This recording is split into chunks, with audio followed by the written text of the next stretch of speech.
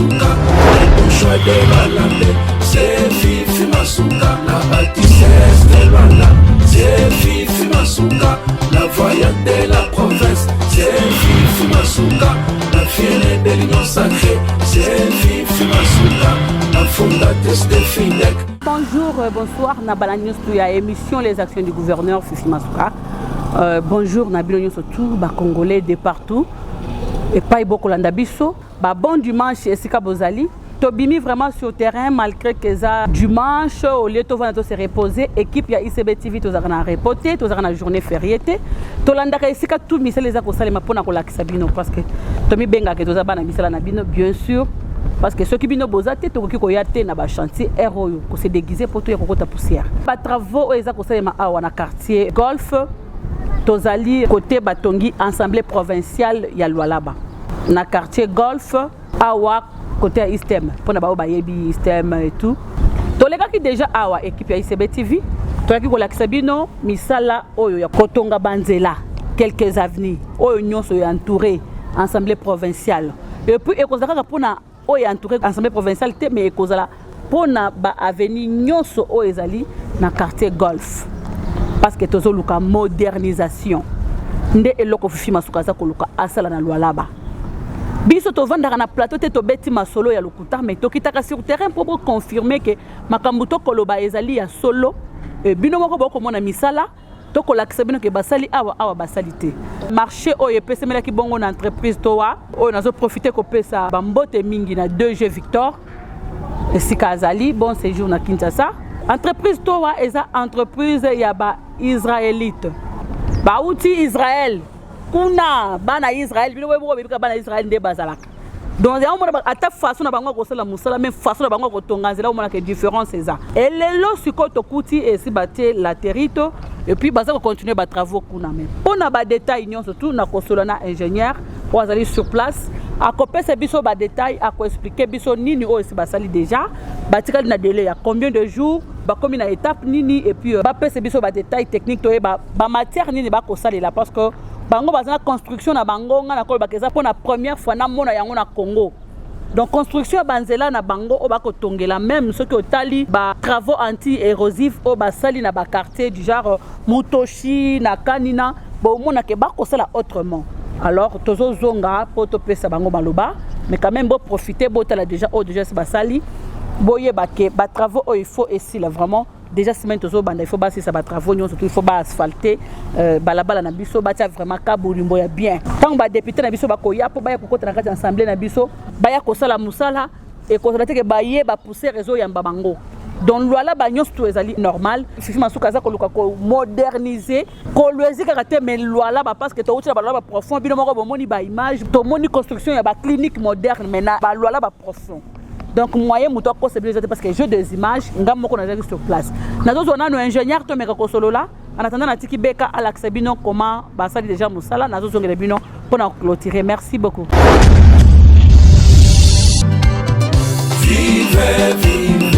Vive Fifi Masuka, le bon choix de Lualande. C'est Fifi Masuka, la bâtissesse de Lualande. C'est Fifi Masuka, la voyante de la province. C'est Fifi Masuka, la fière de l'union sacrée. C'est Fifi Masuka, la fondatrice de FINDEC. C'est Fifi Masuka. Fifi Banani balobaki lobaki akokoka te Masuka biso bana Lualaba tolingi yo mama Saini biso tosepeli na Fifi Masuka Saini vive oh vive Fifi Masuka elle marche selon la vision des fois Tibetan c'est une femme battante de l'union sacrée avec Fifi Masuka de ton Lualaba Paris Lualaba nous sommes décidés de vous accompagner. Banani batekite bakozala te Confusion Fifi na biso moko mwana ya Nzambe elle est de Dieu ata balobi pamba biso se na yo Lualaba tolobaki okosala sans problème mama toyebi confiance mokonzi mboka apesa yo béton bana Lualaba Fifi Masuka Saini mama vive Fifi Masuka Masuka, le bon choix des Rwandais. C'est Fifi Masuka, la bâtissesse des Rwandais. Nous avons le privilège de vous présenter cette fois-ci une nouvelle technologie en fait qui est la première fois utilisée en RDC, qui est utilisée dans le monde entier. C'est le premier test et j'espère qu'il y en aura d'autres multiples en vue des résultats. Donc en fait c'est pour faire la couche de fond et c'est pour faire une couche de fond très rapidement de manière à réduire les délais de production d'un kilomètre de route asphaltée tout en maintenant la qualité nécessaire demandée par l'OVD et les services de l'État. Alors c'est une technologie israélienne. Oui. Ça s'appelle le Néoloy. Néoloy ou PRS. C'est un polymère. Benny, approche un peu. C'est un polymère extrêmement résistant qui est utilisé en Israël par exemple pour construire des routes dans le désert et dans d'autres endroits, qui est utilisé aussi en Europe, en Malaisie, en Chine et ailleurs pour faire des protections contre l'érosion. Vous avez d'ailleurs vu une autre application que Toa utilise aussi à Mutoshi et va bientôt utiliser à Kanina également. Oui. Donc on est toujours dans la continuité de l'utilisation de cette technologie qui est extrêmement performante, que les Émirats Arabes Unis ont déjà utilisé et ont passé apparemment une commande extrêmement importante récemment. Est-ce qu'on peut savoir pourquoi vous utilisez ça? On utilise ça pour de multiples raisons. La première raison, c'est que ça donne une solution rentable, entre guillemets. Donc économiquement, ça permet de faire plus de kilomètres avec la même somme d'argent. Ce qui est bon pour l'État et ce qui est surtout bon pour la population. Ce qui compte pour la population, c'est le nombre de kilomètres qui est réalisé et la vitesse à laquelle les choses évoluent. Donc on essaie modestement, mais on peut facilement faire 500 mètres par jour. Et au niveau de l'asphaltage, c'est encore beaucoup plus rapide. L'asphaltage, c'est pour quand? L'asphaltage, l'imprégnation se fera mardi, selon le planning qui est prévu, et l'asphaltage se fera jeudi. On va asphalter la zone qui est tout autour de l'Assemblée provinciale en priorité. On va aussi ensuite montrer des exemples de chaque étape de production de ce type de route avec le matériel, de manière à ce que les visiteurs qui sont intéressés pour ce genre de conception technique assez innovante puissent voir d'eux-mêmes, juste à côté de l'ouverture de l'Assemblée provinciale, le résultat de cette technologie. Donc vous avez commencé ça au Lualaba? Oui, tout à fait, tout à fait. Dans d'autres provinces, non?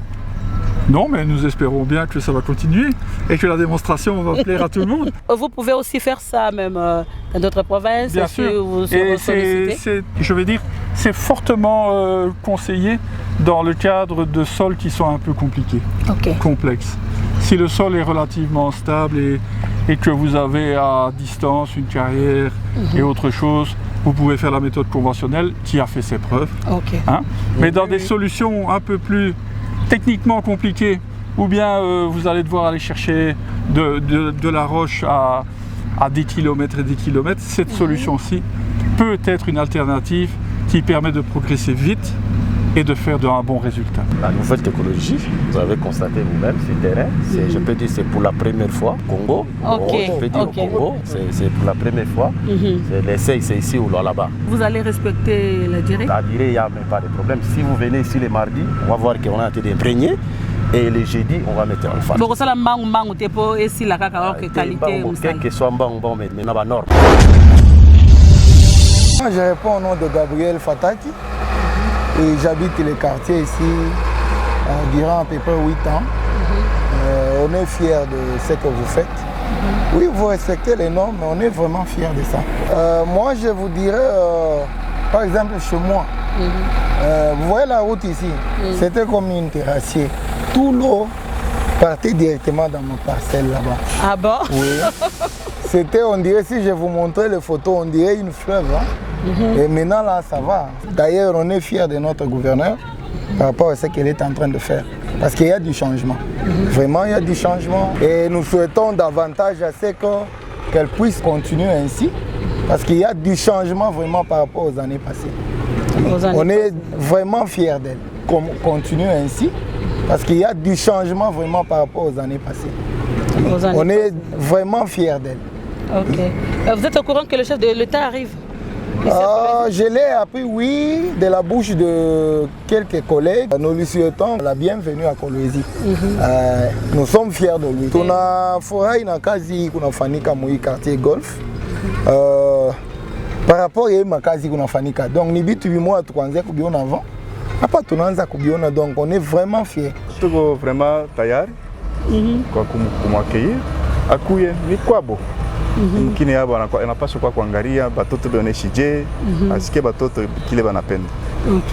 En tout cas, qu'il soit le bien. Voilà, merci beaucoup peuple congolais, merci très cher Lualabé, Lualabez. Merci na diaspora, merci. Na communauté congolaise nyonso bolandaka biso partout dans le monde de Skaboza. Na yebisi bino que chantier ezako vivre. Chantier vivre comment? Ba travaux ezali, misala ezako salema comme il faut. Boyo détail ya ba travaux ezako salema na monoko ya ba ingénieur, ya entreprise Towa. Bo moni bino moko qualité ya musala ba ko sala et pas entreprise. C'est pourquoi toza ko la musa conscience ya ba entrepreneur misusu. O bazaka so ba pesier marché na gouvernement abimi gang. O saboter na yo musala parce que gouvernement ebimi si miso le pesier au sale la biso. Et c'est pourquoi beaucoup mi koloba mingi que non gouvernement central bien gouvernement provincial ba ko pesa mingi confiance na ba étranger. Oui, étranger aye ko luka. Azo sala mais yo lokolo vandi na mboka no moko so ba pesier au marché. Au salaire ngaka bongo bongo otiki lobby bakuti mabulu tala bino moko technologie oyo towa ememeli biso awa na lwala ba eza pona mbala liboso na Congo ya kenzela ba ko tonga yango donc batina néoloy na sie bazui latérite babakisi likolo nango baye ko bakisa isusu ka burimbo baye ko bakisa pena coudron boye ba combien des années balabala ya boyo sala toza mposa ba tutango osala musala mutema moko parce que misolo ya l'état soki ezo ma po etonga il faut etonga mbala moko. Et puis musala wana est duré. C'est pourquoi on a accompagner ba entreprise nyonso yo ko sala musala baza sérieuse. Parce que mon le gouvernement provincial peut sito au marché ko beta libakute to asala musala qualité. Gouvernement central ba peut sito au marché ko beta libakute asala musala qualité. Alors bino nyonso tout boye ba ke tango au marché et za confiance au gouvernement ba pesio il faut y avoir respecter. On te le dit que bango nyonso bazo respecter te ba entreprise yo sala musala malamu ezali awa to ko lobela towa. Tant on a un chantier, on a un solo. En tout cas, merci Mingi parce que Bichon Toza Bongama déjà. Tant que la arrivée, il y a beaucoup de temps. Fatih Beto na mabele ya lola ba mobilisation eza ko sema pona ko yamba tata mokonzi ekolo. Taka papa zo yanda kwa bana. Papa zo ko tala bana depuis atika kibango depuis 2021. Chef de l'État, maboko polele ba ko zela pa bana yo ya lola ba en tout cas, to souhaiter yo karibu kwako kulwala ba. Apa ndio kwako. Ah mokonzi moko ba yebiete. Attends ceux qui va salir ba grimace basé l'autre côté. Ah ouais, c'est Fatih Beton ou rien. Toi tu as le profond toyo qui ba témoignage. To moni ndenge ba congolais ba kolela mokonzi mboka pa moni développement et côté na mboka na biso grâce na ye. Le développement ya 145 territoires et où tu na chef de l'état Fatih Beton. Miso ba tela ko raisonner yango te bazako yiba bazoke ndeko tonga hier. To pesio merci mokonzi mboka Fatih Beton to kozela maboko polele. Merci mingi maman gouverneur Fifi Masuka Saini et puis bon retour na Katia province. To kutani à la prochaine occasion, na carte émission toujours les actions du gouverneur avec Ivana Tchandala de la presse. Bye bye.